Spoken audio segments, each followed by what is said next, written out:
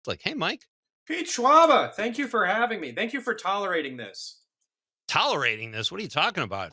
I barely got this system up. I only use technology from the 1920s. We only make It's silent okay. films, and anything beyond that is very difficult. Mike, I still have a Friendster account, so I am not going to try to match wits with you from a techno standpoint. Either way, it is great to have you here, though, and congrats on the movie. Thanks. It seems like some people like it. I don't know. We'll see if that continues. The backlash could come soon. It's still small enough that people are supporting it because they feel like a hipster for knowing about it. But once Yeah, you hear about something three times, you really get sick of it, and they might all turn against us, Pete. I don't. I think you're doing okay. I think I saw Lake Michigan Monster at the Wisconsin Film Festival I'm maybe sorry. 4 years ago. No, no, no. You're way too humble, and I know you did something good there because it's a great film. How do you, Mike? How do you do that? I just have to ask. I know there's got to be green screen. Maybe you don't want to divulge some secrets. I understand that too. How do you make these films? They're so innovative. What you got to do is you cover them in black and white, grainy black and white, to hide your no budget. You just shoot on your.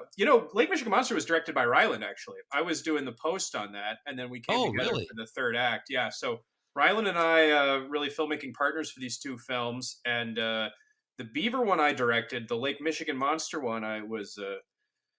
I again I wouldn't say I helped, but I didn't shut it down. And we kind of established a look on that first film that has been taken to greater heights in Beavers. Perhaps I'll be bold enough to say.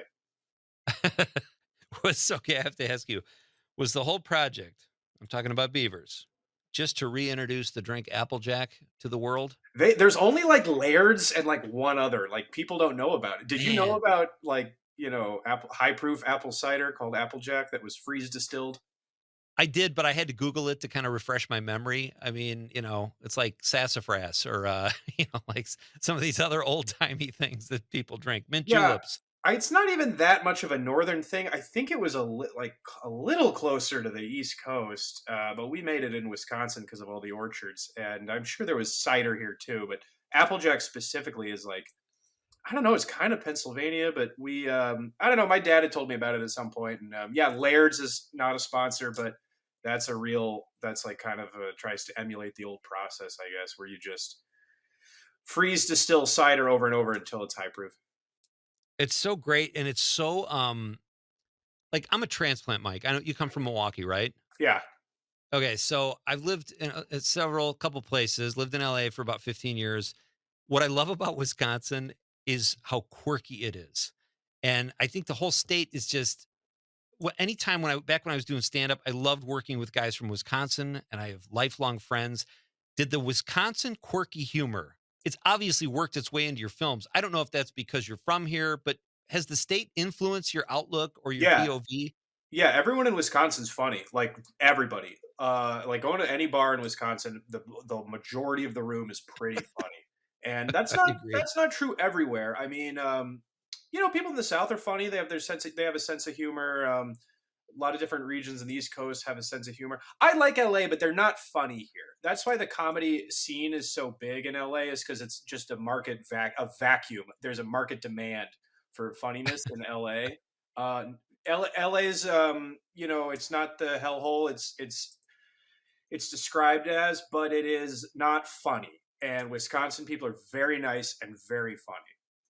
I totally agree with you. Where do you live in LA, Mike? What area? I'm in Pasadena now, so I'm a huge Oh, nice. sellout, and I'm only pretending to be from Wisconsin to reap the rewards. The entire film is Wisconsin. The whole cast and crew and the money came from Wisconsin, and it was 11 weeks shot in Wisconsin. So it's a Wisconsin movie. I live in LA now, trying to get the editing career going. Okay. Oh, nice. Yeah, I see you've got some wait, I'm not ready to leave Beavers yet, Mike. I really where did this idea come from? Where did you guys you wrote it together, right? You and Ryland? Yeah, we wrote it together. That Okay. took a few months. After Lake Michigan Monster, we knew the next thing, had to involve you write around based around available resources. We had my After Effects proficiency, and we had no money, and we had snow and a lot of friends comfortable falling down in snow, and then we had Ryland's physicality. So the entire movie was based on those elements, and we've always thought the mascot thing was funny. And then just a childhood of video games, silent movies, and cartoons. You don't even need to do research; that stuff's just baked in. And Beavers just combines everything that we've liked for a long time, especially stuff that I've been thinking about for a long time, like the fact that the Mario camera and the Buster Keaton camera are one and the same. And I sort of wanted to make a film to prove that little cinematic thesis. And I don't know, does that answer the question? I forget what the hell you asked, Pete. It's not important, Mike. Do you that was one of my questions, or your influences, and I'm glad you said Buster Keaton because I remember thinking, I remember thinking Buster Keaton and Bugs Bunny and Yosemite Sam, and Rylan plays, he's kind of this big buff guy, but he's so deprecating in a way, and I don't know if it's through his acting or through the script or what, but he's so good at physical comedy. How much does that elevate the project for you as a director? Yeah, we're writing with that in mind, and we're thinking about how can he communicate these beats, these ideas with his pose. Yeah. How can you have a tight series of poses? This is how you'd approach it in animation. I'm not being funny, I'm just saying the truth. Is that okay? Oh, listen, buddy, I'm here. I'm getting an education, so please talk at will. The truth is that you're communicating a series of ideas and emotions with the whole character's silhouette and their body. So Ryland's hitting these poses a little more like a puppet, and he's got a little more of an athletic attitude. He's not, in the mind of the character. He's not thinking about it as a method actor. He's not feeling the emotions of the character. The only emotion he's feeling is cold, which was easy for him to put his head in that space because it was cold. Yeah, you guys, how when you're writing this, Mike, the script has very little dialogue. Was it a long process? To me, the writing process, and I come from a writing background, is the hardest process. You got to have a good script to shoot. That's the most important element, in my opinion. Yeah, and it's not However, fast. It's not fast. It'd be nice if it right. was fast. A lot of companies want it to be fast, but it's not. We had our little Joseph Campbell structure of a fur trapper who gets kicked out of Eden with his Applejack distillery, and then he has to survive in the wilderness in the first act, and then he has to become the greatest fur trapper ever, and then the beavers maybe they get their revenge. I don't want to spoil the third act, but once you have that basic structure written out with the mentor figure and the love interest and the merchant, then you hang all these gag ideas on top of that, and that's just a million note cards. And we're not like people are like, think that people who like the script, I would just say to them that it was very slow, and if you find any aspect of it interesting or impressive, you wouldn't have been impressed if you saw how long it took. Wow, yeah. Is it harder to make a shot list, Mike, when you don't have a lot of dialogue? Um, I think visually, and so all these gags were little note card doodles, and they were hung on this kind of basic three-act structure. And it's like a joke a day. So you write for 8 hours, and write means sit around and drink and watch kung fu. And then you have like one joke, like one egg pops out at the end of the 8 hours. And then, but if you do that for a couple months or maybe years, eventually there's a lot of jokes in a movie. So we tried to keep our joke pace at like a joke every 35 seconds, unlike this broadcast. I'm sorry to say. I'm just saying the truth. We're not being funny. Wouldn't it No, be no, no, better if no. we were being funny, Pete? This is an in-depth. I'm trying to be Bob Costas here, buddy. I'm just trying to get you to maybe even cry if I can get you to go back to your childhood. Um, so yeah, I love to like what you just said. Was this written in the script? My favorite moment in the whole movie was when Ryland, I think he's trying, if I remember correctly, it's been a year since I've seen it, but a beaver kind of gives him sort of this furtive look, and Ryland just looks at the beaver and goes, "Hmm," like he's actually thinking about it. Was that written in the script, or did he improv a lot of stuff? Or did you guys both improv a lot of I stuff? don't even recall the scene. I have to be so It's honest, but I'll very answer the funny. improv question. Nothing was improvised. It was totally board driven. I used to like improv, and then I just don't. I just don't believe in that anymore. I just think it's wrong morally. And now we just stick to the boards, and we think the future is precise, physical, board driven comedy with no coverage. Everything's in one angle. Like even for a broadcast like this, I don't believe in the fact that there's two cameras covering each of us and the audience's eyes are moving back and forth. There should be one guy with a camera on a tripod guessing who's talking and swinging the camera back and forth. I just think there should be no coverage. It should just be one image at a time. That's my philosophy until I break it in like a week. Listen, I think Conrad, take a memo. Let's try the one camera thing. Sounds good. I think the problem is people are watching the radio, so I don't know how much traction that's going to get. I think if people are watching the radio, they're not fussy, but I do like the way you think, Mike.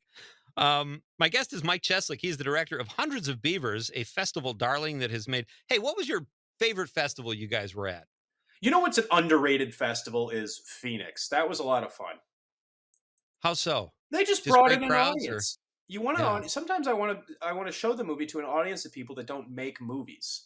And Hmm. Phoenix is a nice mid-sized festival that is just at the Harkins. It's not a chain, but it looks a little more like a multiplex, but it's an independent theater group in Phoenix, and they just do a nice job bringing in like filling seats with like local people that don't make movies. Which I don't know. There's a lot of great festivals. That one just sprung to mind as kind of an underrated festival.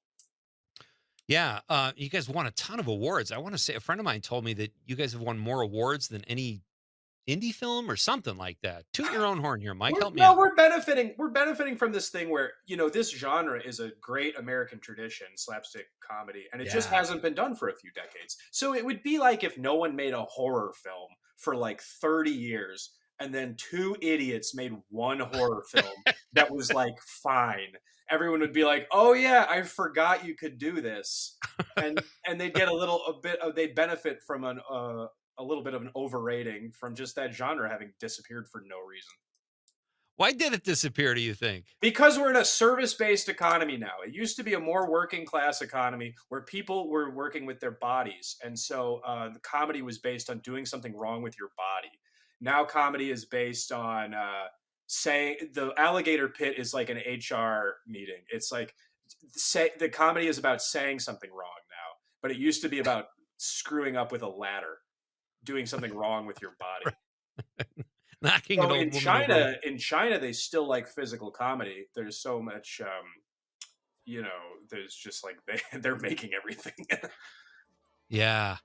Um, so God, I get so many questions for you, Mike. Okay, I'm talking with Mike Cheslik. He's the director of Hundreds of Beavers. We got him for a few more minutes here. He's a very busy guy. I do appreciate you taking time out, Mike. When we come back, I want to ask you about I want to ask you where you go next. And if you're trying to be different with these films, like if you naturally just found this thing you think is cool, or if you, because I think all writers do that. They go, I got to write something different, something unique. So I want to try to figure out how you got there. And that's coming up next with Mike Cheslik on Nite Lite with Pete Schwaba on the Civic Media Radio Network. I'm talking to Hundreds of Beavers director Mike Cheslik, who joins me here on Nite Lite to talk about his film that sort of caught the indie world by surprise. Mike, the film just, where can we see the film? I know it just dropped, right? Yes, the film is available for digital rent and digital download. It's also playing at a number of theaters across the country. If you can see it in a theater, check hundradsofbeavers.com to see if it's playing near you. If it's not, send us the name of your local indie theater and we'll try and book it there so that you could experience this movie with a big audience of laughing people. That's the most fun way. If not, have a group of people at your over at your house and give it a digital rent or download from Amazon or Apple. Nice. Yeah, it's well worth it. It's a very funny film. And it is one I think if people have people over or see it in a theater, that's the best experience, obviously, with most comedies. But that's good advice.